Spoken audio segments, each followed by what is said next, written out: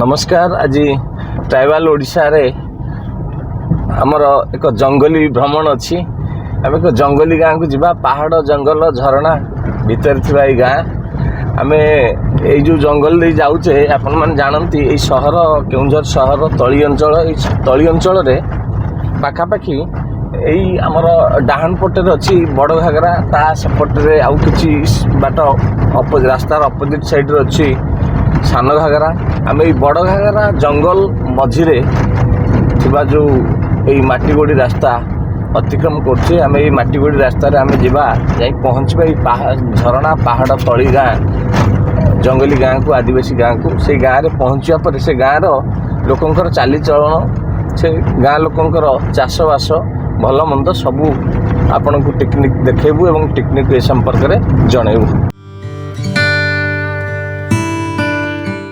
आमे ट्राइबल ओडिशार आज एक अजଣା एपिसोड को जीवा यही आपण मैंने जानती हाथी फसल रक्षा करने साधारणतः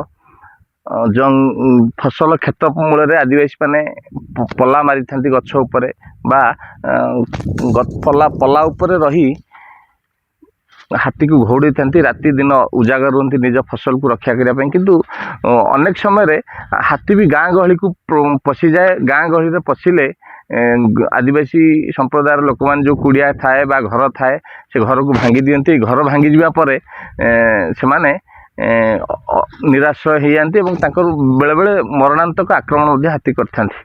यही केन्दुझर जेहेतु जंगल बण पहाड़ झरणा आदि अंचल परिपूर्ण सेमती बड़ घागरा तली अंचल गोटे अच्छी गाँ मेदिनीपुर। ये मेदिनीपुर गाँव में साधारणतः सब हाथींकर चल प्रचल थाए से लोक भय करी भय हाथी दाउरू निजक रक्षा करने घर भांगू बा निजर धन संपत्ति पछे नष्ट हो निज जीवन बंचापी छोट इंदिरावास घर उपर पला करी अच्छी। जदि हाथी आसबार खबर पाइले राति रे सीढ़ीटे रखिंट छात उपर को पलि जाती। आम चलतु मेदिनीपुर एमती एक छात उपर होता पला रे आश्रय नापी होता पला को देखा और कहीं से पला कर लोक मान जाना आपण मैंने आपण अंचल एमती घर नथिबो हुए तो आप देखिले आपन को भल लगे। आम ए मेदिनीपुर से पला पाख को जाऊे। मेदिनीपुर आम केउंझर सहर आसवा पर बड़ घागरा अतिक्रम करने पर से बड़ घागरा तली अंचल मेदिनीपुर गाँ ये मेदिनीपुर गाँ को आम जो पशिलु गाँव प्रथम भागे एमती एक घर पाइलु। आपन देखु ये आदिवासी घर देखुं ये आदिवासी घर केमती झाटी माटी या टाइल पड़ी। टाइल पड़ा सत्वे सब हाथी को भय थाए। हाथी आसिले ये घर सब भांगी दियंती। हाथी भय गाँव लोके निजक अंततः निजे निज परिवार और निज पिला छुआ को सुरक्षित रखापी पला कर इंदिरावास घर अच्छी किंतु घर उपर पला है। अपन दूररू दिशु नथिबो आम आसतु जानिबा सीधा सड़क। मौसी नमस्कार। आपण घर ये आपण ना कौन टिके शुणु आपण ना कौन शनिवारी मुंडा आप घर से पलाटी कहीं कर हाथी दर आसतु टे आम देखते आम दर्शक मान भाई मान जी सब जानापी चाहते केमी कौन घर आसतु टे आम सागर आसतु टे एवं शनिवारी मौसी आमको देखईदे कहीं से घर करमी कले हाथी वर्ष को केते थर ये अंचल को आसे सबू गोटी गोटी देखईदे और बुझेदेवे। केतବେଳେ 5टी हाथी आसुचंती केतବେଳେ 10टा हाथी आसुचंती केतବେଳେ 6टा हाथी भी आसुचंती। भाईना भी आम पाखे अच्छा आसतु भाईना भाईना भी आमको जनइबे कौन घरटे केड़े सुंदर घर कर छात उपर। आम चलते से छात उपर जावा आसतु छात उपर जावाई हेले ये जो ये सीढ़ीटे कर परमानेंट सीढ़ीटे गोटे रखी हाथी पल आसिया खबर पाइबा मात्रे पिला छुआ धरी छात उपर भाईना पिला पिली सब पलि जाती। घर पछे भांगू किंतु तांकर जीवन रक्षा हो यहाँ हूँ बड़ कथा। जीवन बंचिले केते घर तैयारी हो बा केते आपण मैंने जानती सब मनुष्य निजर जीवन को गुरुत्व दे थाए। आम चलतु जीवा देखा केमती घरटे तैयारी केमती सीढ़ी चढ़ी जावाक पड़े। आसतु मो सहित मो साथी राजेश भाई अच्छा। राजेश भाई आस ऊपर को आस सी आपन को देखेबे सब गोटी गोटी टे धीरे आसो पड़े भांगी गले पड़ जावार संभावना अच्छी। धीरे आस धीरे आम जो ये सीढ़ी चढ़िले ये सीढ़ीटी ଲାଗିଛି ଏକ ଇନ୍ଦିରା ଆବାସ ଘର ଉପରେ ଯେଉଁ ଆମର ପ୍ରଧାନମନ୍ତ୍ରୀ ଆବାସ ବା ଇନ୍ଦିରା ଆବାସ ବା ଗ୍ରାମାଞ୍ଚଳ ଆବାସ ଯୋଜନାରେ ଏଇ ଯେଉଁ ଘରଟି ମିଳିଛି ତା ସତ୍ତ୍ୱେ ଏମାନଙ୍କର ଭୟ ଅଛି ଘରଟି ଭାଙ୍ଗିଯିବ। এইটা ହେଲା ସେଇ ପଲ୍ଲା।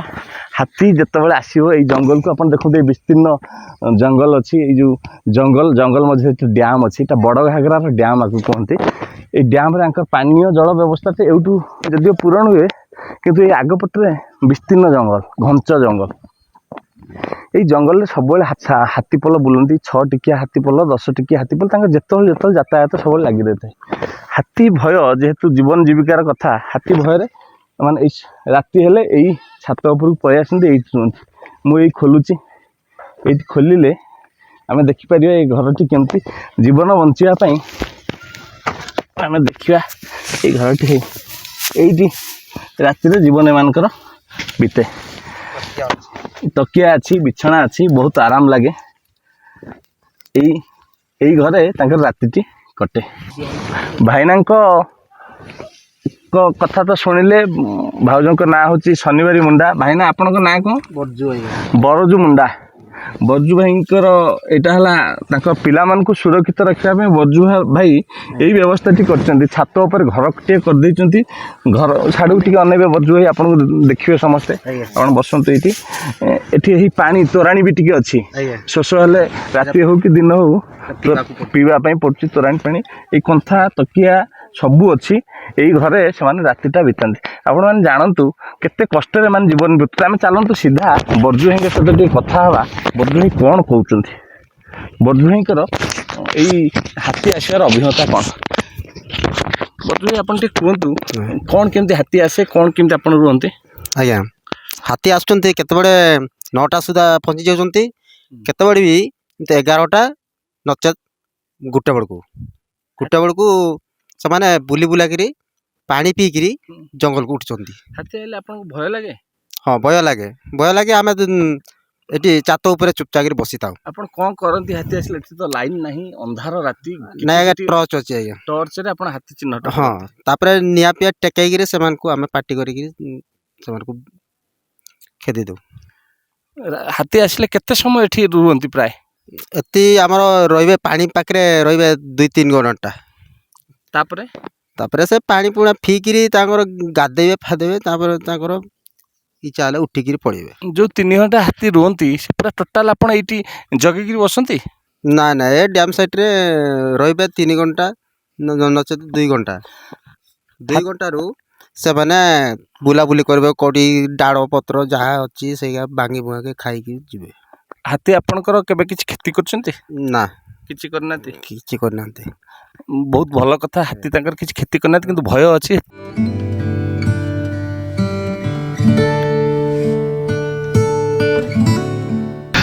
ବଡ଼ଘାଗରା କେଡ଼େ ସୁନ୍ଦର ମନୋରମ ଦୃଶ୍ୟ। ବଡ଼ଘାଗରାର ତଳି ଅଞ୍ଚଳ ଏଇ ଡ୍ୟାମ୍ ଅଛି। ଏଇ ଡ୍ୟାମ୍ରୁ କେଉଁଝର ସହରକୁ ପାଣି ଯୋଗାଣ ହୁଏ। ଏଇ ଡ୍ୟାମ୍ ଉପରେ ସମଗ୍ର କେଉଁଝର ସହରର ପାନୀୟ ଜଳ ବ୍ୟବସ୍ଥାଟା ନିର୍ଭରଶୀଳ। ଏଇଠୁ ପାଣି ଯାଏ।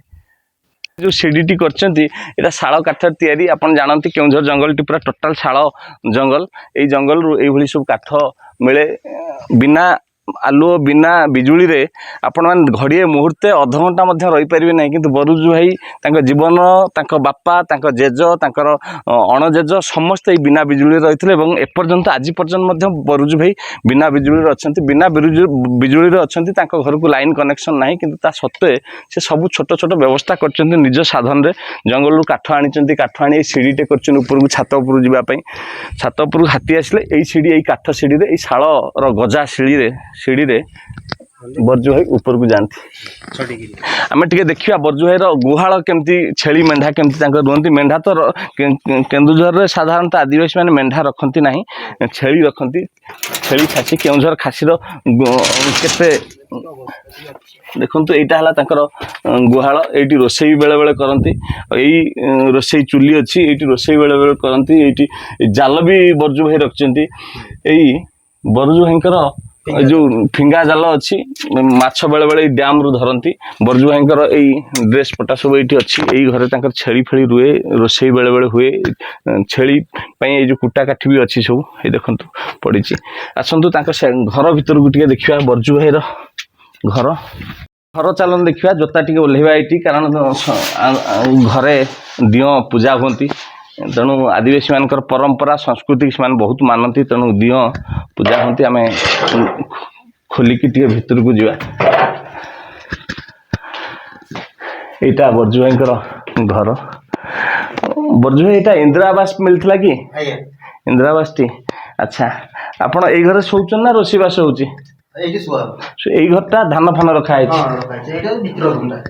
भीतर रूम ये ठाकुर पूजा ठू आरंभ करी बर्जु भाई अंधार अच्छी जेहेतु आपको कही बिजुली ना ये बर्जु भाई धान वर्ष जाकर संचय बर्जु भाई ये रखिंट यही धान को कुटी काटिक वर्ष सारा चलिए और जंगल काठ टिके आने जंगल रोषे करेंगे बिकिबे पत्र आने छेली रखिए यही सब कम कर बर्जु भाई चलती बर्जु भाई बहुत परिश्रमी जना पड़ी कथबार्तार बर्जु भाई आशा कर भाई आहरी आगु को भल परिश्रम कर आगू बढ़े पिला छुआ बढ़े घर टाक छात उपर को जावाई जो काठ सीढ़ी कर बर्जु भाई ताकू पक्का सीढ़ीटे कर दियो सुविधा देखी पक्का सीढ़ीटे करदे जीवा आसवा पिला सुविधा हो नवीन बाबू से हमको टिके सुविधा करले से ना से घर देव टिके सीढ़ी बीडी टिके आमे तैयारी करी चढ़ीमु सी नवीन बाबू जब देव नहीं आम कि आदिवासी लोग कौन हाँ आदिवासी लोक हम हम सब बर्जु भाई घर देखले बर्जु भाई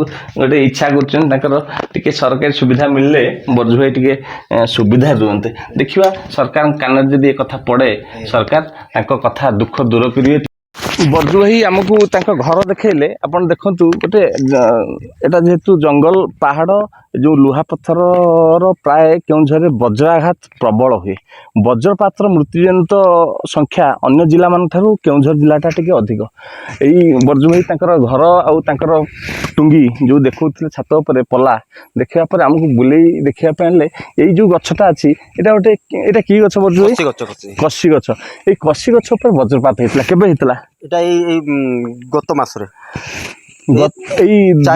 दी तीन मास तले जो वर्षा दिन गला एबे तो शीत दिन पड़लानी यही गछरे वज्रपात होता से बर्जु भाई घर भीतर थे घड़घड़ी वर्षा प्रबल जो वज्रपात था वज्रपात यही घर कण फाटिकी पूरा टोटाल डैमेज हो सौभाग्य को बर्जु भाई सहित ईश्वर श्रद्धा अच्छी जीवन बंची जाइए किसी असुविधा है किंतु घर टे आंच आसी घर फाटी जाइए पानी फानी टे गलुच बर्जु भाई कहते ईश्वर श्रद्धा अच्छी बर्जु भाई जेहेतु परिश्रमी आशा कर ईश्वर सहाय हे और आगू से बढ़े।